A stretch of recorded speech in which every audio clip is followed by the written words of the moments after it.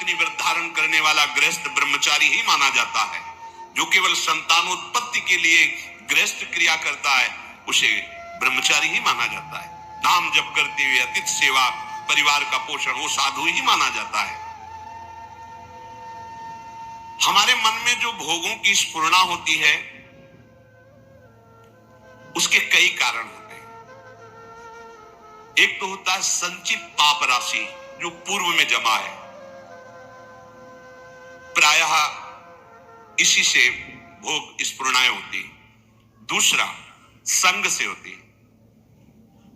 आपकी पाप राशि से स्फुरणा ना हुई तो कोई भोगी पुरुष ऐसा मिला, परमाणु होते हैं।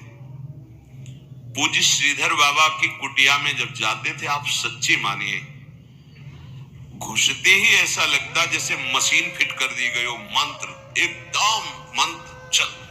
एकदम रफ्तार से चल पड़ता। और जे 8 बजे रात्रि के जाते थे चरण चापने, जे ही उनके चरणों को स्पर्श करते ऐसा लगता हम किसी दिव्य भाव लोक में बैठे। क्यों? उनके पर्व।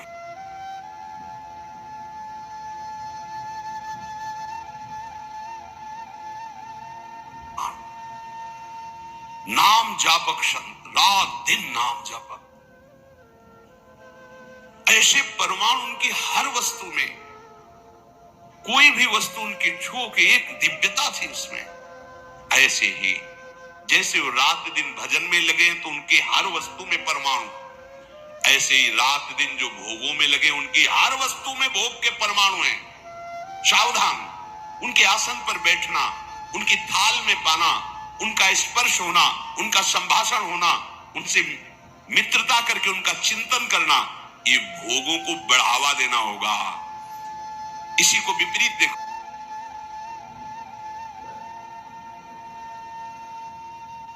संतों के प्रति उनके समीप बैठना, उनका जूठन पाना, उनको देखना, उनसे संभाषण करना भजन का बढ़ावा होगा। देख लेना।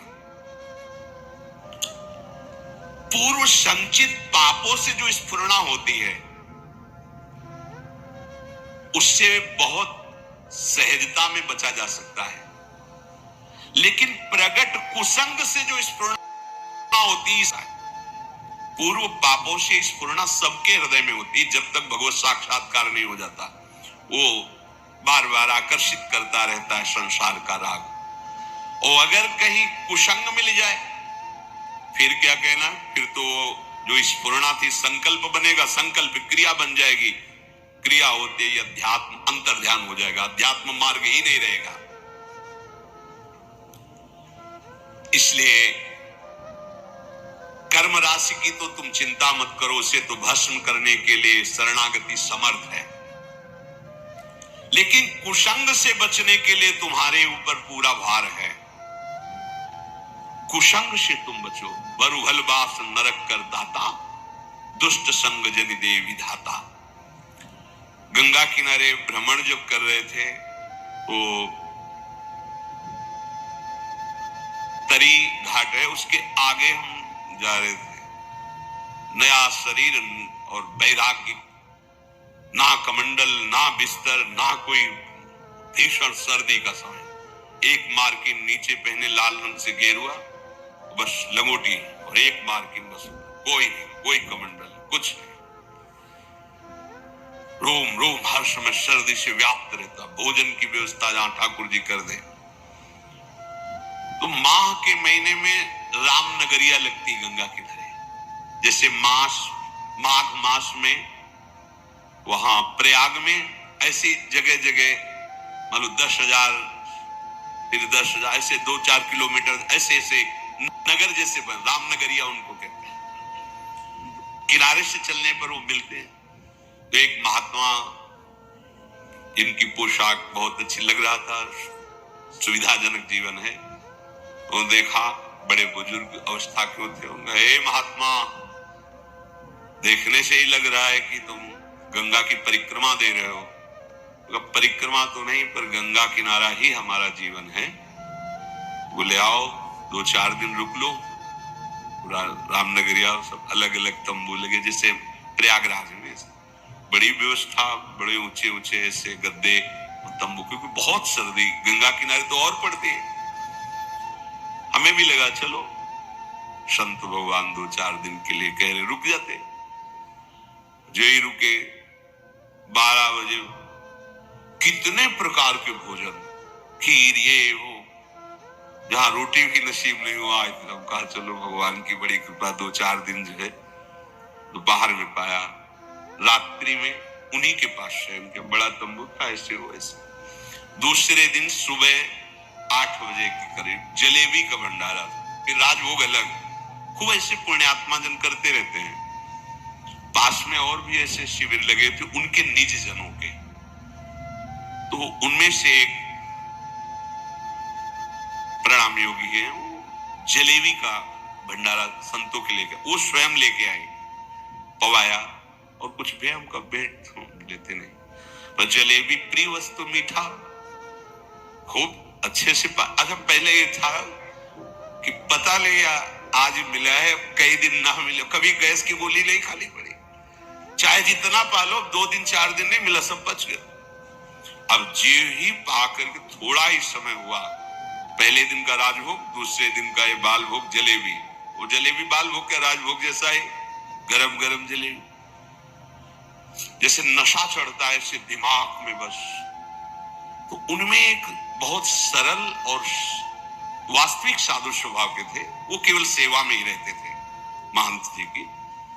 उनसे हमने पूछा, वह वृद्ध थे, कहा कल से आज तक हमारी भावना में बड़ा परिवर्तन हो गया। तो उनका महाराज क्षमा करना, आप जिस मार्ग में चल रहे हो वो ये मार्ग नहीं है, वो ये मार्ग नहीं जो आप स्वीकार कर लिए। अच्छा, तो सोचा 1-2 दिन, बोले नहीं महाराज आप नहीं समझ रहे हो, और बताया कि जो जलेबी खवाई वो कैसे आचरण कैसा।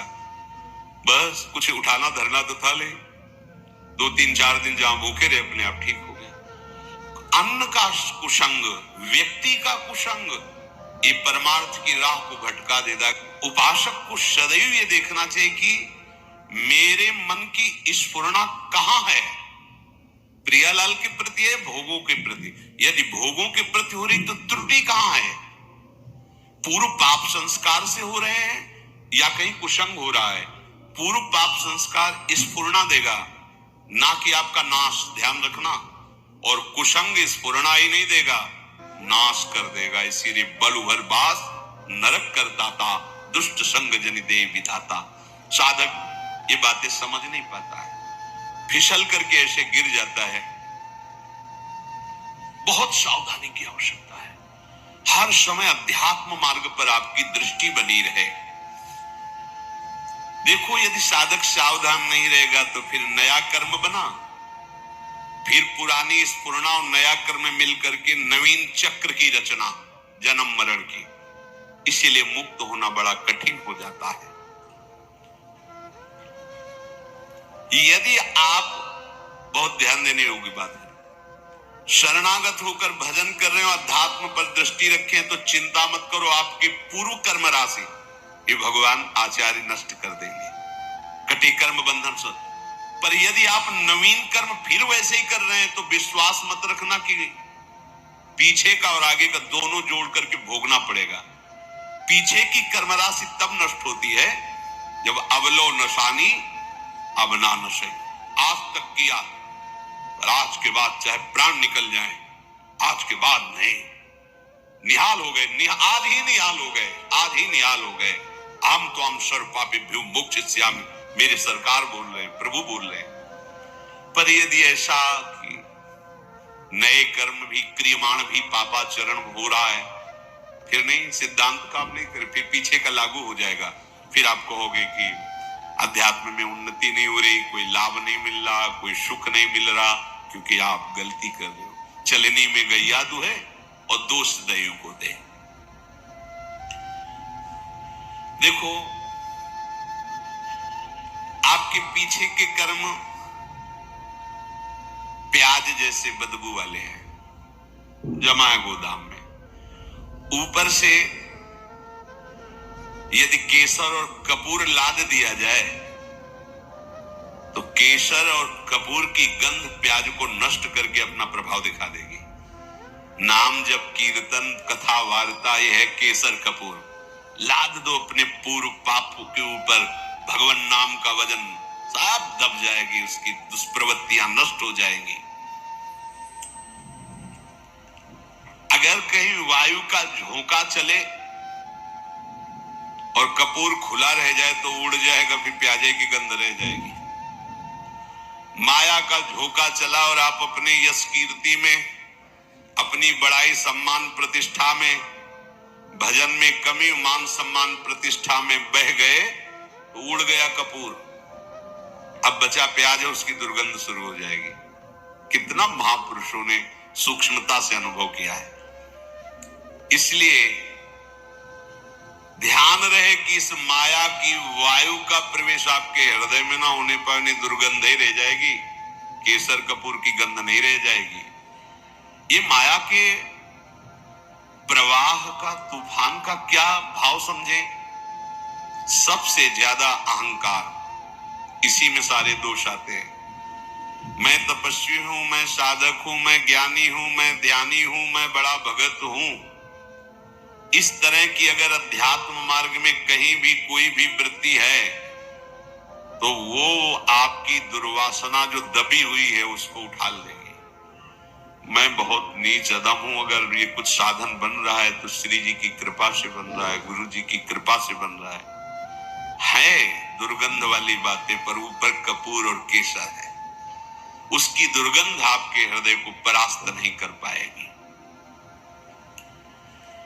उपासक धीरे धीरे अपने बुरे स्वभाव को, बुरे कर्मों को सद्भाव से, अच्छे स्वभाव से दबा देता है। नष्ट नहीं हुआ, नष्ट होता है भगवत साक्षात्कार पर। जब तक प्रभु से आंखें न मिले तब तक विश्वास न करना कि काम हो गया। यही डर हरिवंश हित जिनो भ्रमई गुण सलिल पर, जिहि नामन मंगल लोक त्यों शिव हरिपद भज न विलंब कर। आगे चल करके प्रभु ऐसी ज्ञानाग्नि पैदा कर देंगे कि फिर वो दुर्गंध वाली चीजें ही नहीं रह जाएंगी। इसलिए जितना जीवन है, एक बार हम अपने प्रभु को समर्पित करके केवल भजन में लगावें। जो भी हम कार्य करें अपने प्रभु को समर्पित करते रहे।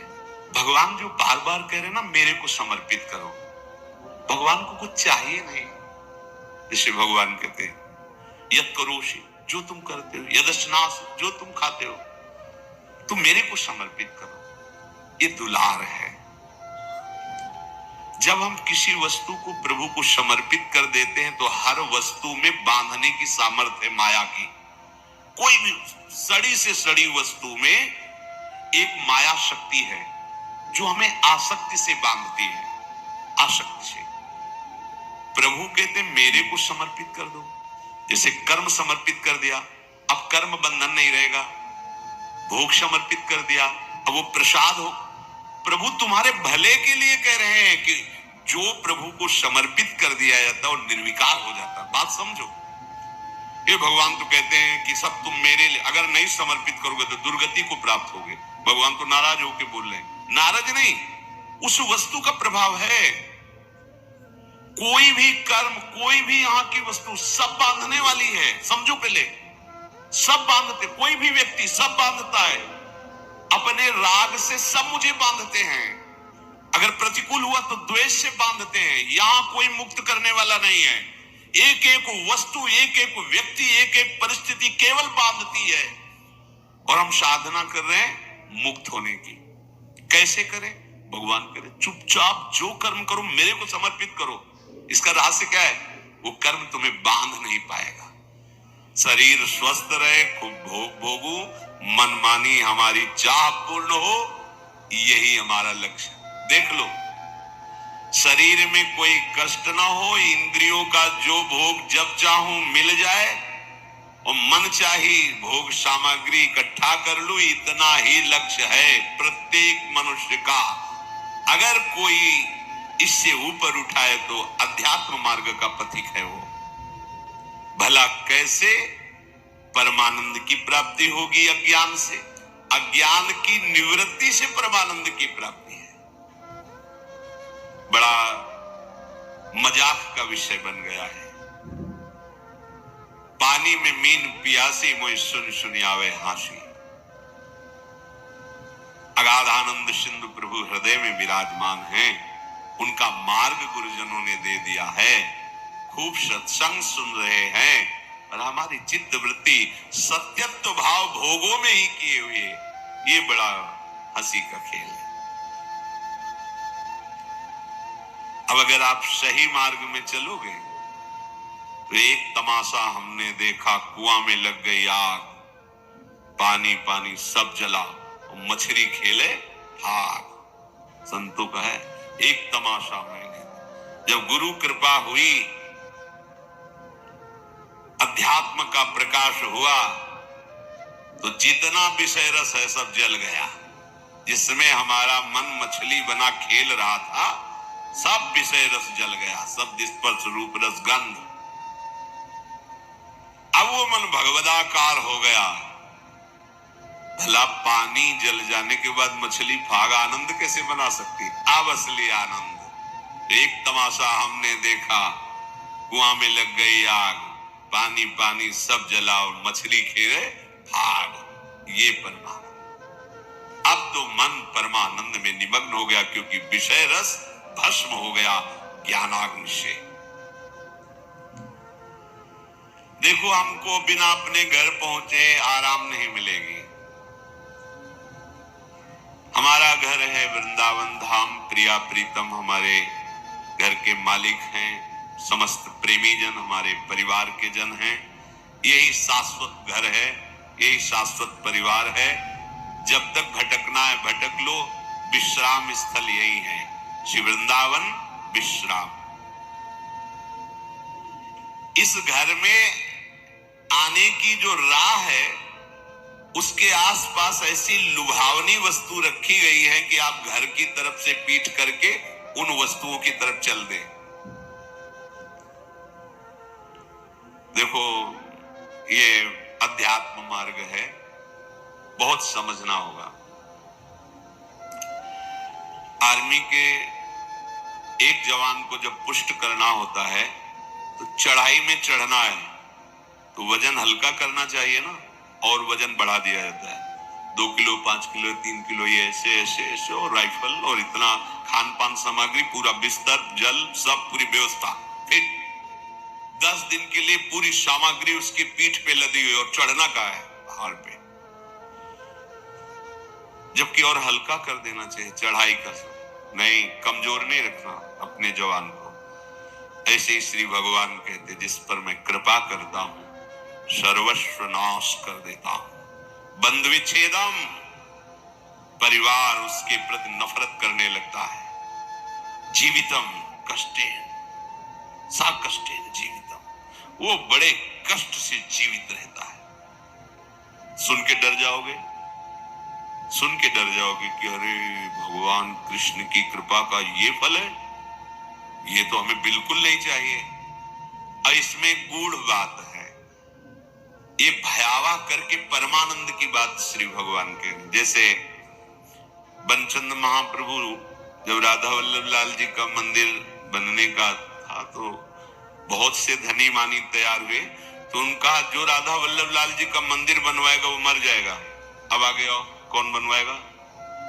कोई नहीं। सुंदर दास जी ने जब सुना तो उन्होंने विचार किया कि प्रभु के मंदिर बनवाने वाला मर जाएगा, जरूर इसमें कोई रहस्य है, जरूर कोई इसमें आंतरिक रहस्य है। वो आगे आए और बनचंद महाप्रभु के चरण पकड़े और कहा, प्रभु ये सेवा मुझे दीजिए। बोले, पता है तुम्हें, जो मंदिर बनवाएगा वो मर जाएगा। बोले, प्रभु तैयार हो, वैसे ही मरना है, प्रभु के लिए मरना, तैयार, ठीक, करो सेवा। पर प्रभु एक इच्छा है, एक बार मंदिर बन जाए और 1 साल राधा वल्लभ जी के पूरे उत्सव देख लूं, फिर मर जाऊं तो। मुस्कुरा दिए, बोले ठीक है, ऐसा ठीक है। मंदिर बना, 1 साल उत्सव हुए और श्री जी के सामने बनी वृषभानु नंदनी आज, भूषण वसन विविध पहिरेतन, पिय मोहनित साज, ये समाज में पद हो रहा है और आप निकुंज पधार रहे हैं। शब्द क्या था? मर जाओगे। आंतरिक फल क्या था? जो मंदिर बनवाएगा सीधे निकुंज जाएगा, तो लाखों के नंबर लग जाते। बात वही है, लाखों तैयार हो जाते, केवल मंदिर बनवाने से निकुंज की प्राप्ति। प्रभु मेरा धन, मेरा धन, लेकिन मर जाओगे पीछे। समझ रहे हो ना? महान वस्तु को भयावा में छुपाया गया है। भगवान कह रहे जो मेरा अनन्य भक्त होता है और मैं जिस पर कृपा करता हूं उसका सर्वनाश कर देता हूं। सुन के ही भय लगता है। दूसरी बंधु विच्छेदम, परिवार का कोई प्यार नहीं कर सकता उसे, ये मैं रचना रचूंगा। सा कष्टेन जीवितम, कष्ट पूर्वक जीवन जिएगा, मरेगा भी नहीं, कष्ट पूर्वक जिएगा। अब लगता है कि प्रभु ऐसी कृपा आप मत करो, ऐसी कृपा। अब इसका आंतरिक भाव, जितने अमंगल, जितनी कामनाएं जो हमें आज तक संसार में दंड देती रही, हम तो हम सर्वपापी सर्वनाश कर देता हूं। किसका? हम तो हम सर्वपापी मोक्षयिष्यामि मां शुचा, सर्वनाश कर देता हूं उनका जो मेरे शरणागत को स्वप्न में भी दुख देने की बात सोचे, चाहे वो कर्म हो या कोई भी हो। अगर ऐसे तो हृदय उत्साहित होता है ना, जब कह रहे हैं उसका सर्वनाश कर देता हूं तो घबरा जाते हैं ना कि बंधु विच्छेदम, क्या भाई माता पिता परिवार उसका मैं बन जाता हूं, मैं उसका भाई बन जाता हूं, मैं उसका दोस्त बन जाता हूं, मैं उसकी मां बन जाता, सारे संबंधों का पोषण मैं करता हूं स्वयं। सा कष्टेन जीवितम, वो मेरे प्रेम में व्याकुल होकर अपनी श्वासें पूर्ण करता है। ऐसा नहीं कि असाध्य रोग हो गया तो कष्ट से जीवित नहीं। ये हम अंतर की बात जो प्रभु ने समझाया वो तुम्हें बता रहे हैं। नहीं, वो तो बिल्कुल ऐसे बोल दिए जिससे सब भयभीत हो जाए। बहुत कीमती वस्तु को भयावह जगह रखी जाती है। देवलोक में अमृत रखा हुआ है, वहां 2 सर्प ऐसे हैं, अपलक दृष्टि से रहते हैं। उनकी दृष्टि में जो आएगा तत्काल भस्म हो जाएगा, चाहे देवता हो या कोई हो, उनकी दृष्टि नहीं पड़नी चाहिए, क्योंकि अमृत है। कोई भी कीमती वस्तु बहुत सुरक्षित रखी जाती है, तो भगवत प्राप्ति बहुत सुरक्षित रखी गई है। हमारा घर धाम है, नित्य धाम, तो कह रहे यहां तक आने के लिए इतनी सुहावनी वस्तुएं, इतने सुहावने भोग, इतनी सुहावनी वाटिकाएं रची गई है मार्ग में कि आपको लगेगा जाना तो है ही है, थोड़ा देर विश्राम कर, बस जहां तुमने वहां रमण करने की सोची तो मार्ग गायब। जिस मार्ग में चल रहे थे घर पहुंचना है, वो मार्ग ही गायब। ये दिव्य मार्ग है परमार्थ, वहीं वो रम जाता है और राह अंतर जा। अब राहें नहीं रह गई, मार्ग ही नहीं रह गया। ये अंतर की बात कहते हैं। ये वो मार्ग नहीं कि थोड़ी देर आराम कर लेंगे, भोग भोग लेंगे, फिर चल लेंगे। भोग में गए तो मार्ग ही गायब, मार्ग ही अंतर ध्यान हो जाए। कहां चल रहे थे, कैसे चल रहे थे, बुद्धि काम नहीं, मार्ग ही गायब। मोक्ष मूलम गुरु कृपा, वो गुरु कृपा से मार्ग प्रकाशित होता है, प्रकट होता है। इसलिए संसार के कल्याण के लिए जो अनुभवी संत महापुरुष जन हैं, वो चीख चीख के कह रहे हैं कि घर लौटो घर, ये संसार दुखालय तुम्हारा घर नहीं है। पर राह में अटको मत और भटको मत। ये राह में ऐसे पथिक अटक जाते हैं और भटक जाते हैं जो थोड़ा मन चले होते हैं, थोड़ा मन चले अर्थात मन के अनुसार कर। इस मार्ग में मनचलों का खेल नहीं है, इस मार्ग में मन को निग्रह करना है, मन को हटा करके अपने प्रभु तक पहुंचना है। कब तक इस मन को दुलार करते रहेंगे, थक गए।